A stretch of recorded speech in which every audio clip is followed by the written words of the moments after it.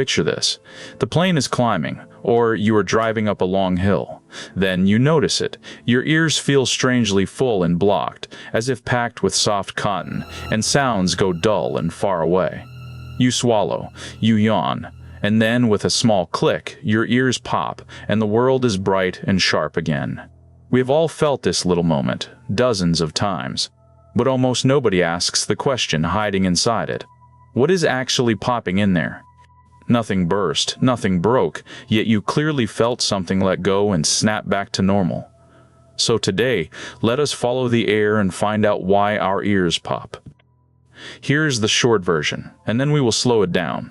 Your ears pop because of pressure, the simple push of the air around you. The whole story has just 3 parts. Part 1 is a tiny sealed pocket of air sitting behind your eardrum deep inside your head. Part 2 is the eardrum itself, a thin, delicate sheet that loves balance and hates being pushed.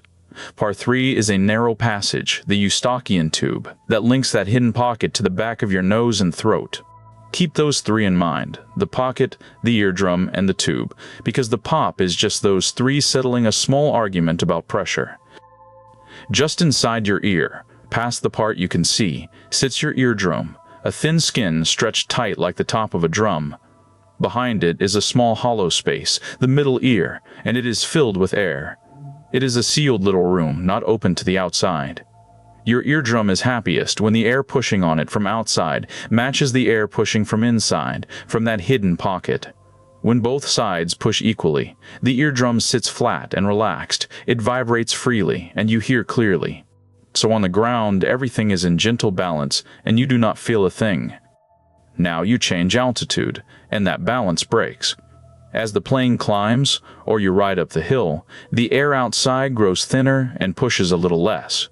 But the air trapped in that sealed pocket has not changed yet. So now the inside pushes harder than the outside, and that uneven force shoves your eardrum outward and stretches it tight. A stretched eardrum cannot vibrate freely, so sound turns muffled and dull, and your ear feels full and blocked. Going down is the same problem in reverse. The outside now presses harder, and the eardrum gets pushed inward instead. Either way, the 2 sides are no longer equal. This is where the third part, the tube, matters. The middle ear is not sealed forever. The Eustachian tube runs from it down to the back of your throat, and normally it stays gently closed, like a soft door held shut, which keeps your everyday hearing steady. But that door can open. When you swallow or yawn, tiny muscles in the roof of your mouth, with names like the tensor veli palatini, give the tube a little tug and pull it open for just a moment. And the instant that door cracks open, the trapped pocket of air is connected to the outside world again, free to even itself out. And that connection is the pop. The moment the tube opens, air rushes through it, into the middle ear or out of it, whichever way makes the 2 sides equal again. If the inside had too much pressure, a little puff escapes down the tube. If the outside had too much, a little air slips up to fill the pocket. That quick rush of air evening things out is the small click or pop you hear and feel. With the pressure balanced, your eardrum springs back to its flat, relaxed shape. The muffled feeling lifts, and sound is bright and clear. The pop is simply pressure being made equal. Once you know the cure is just opening that little door, you can take charge of it. Anything that makes you swallow or yawn will tug the tube open, so swallow on purpose, give a big yawn, chew gum, or sip water during takeoff and landing. If your ears stay stubborn, try a gentle trick. Pinch your nose, close your mouth, and softly blow, as if blowing your nose with nowhere to go.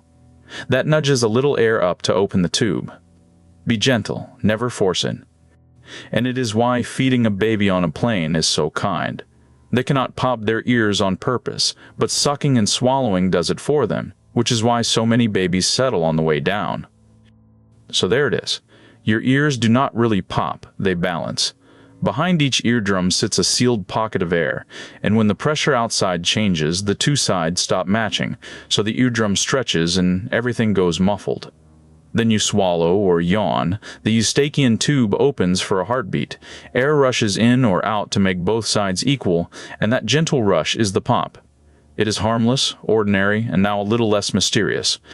If this was helpful, take a second to subscribe and leave a like. It quietly helps the channel grow. Thanks for staying curious with me today. Until next time, take care.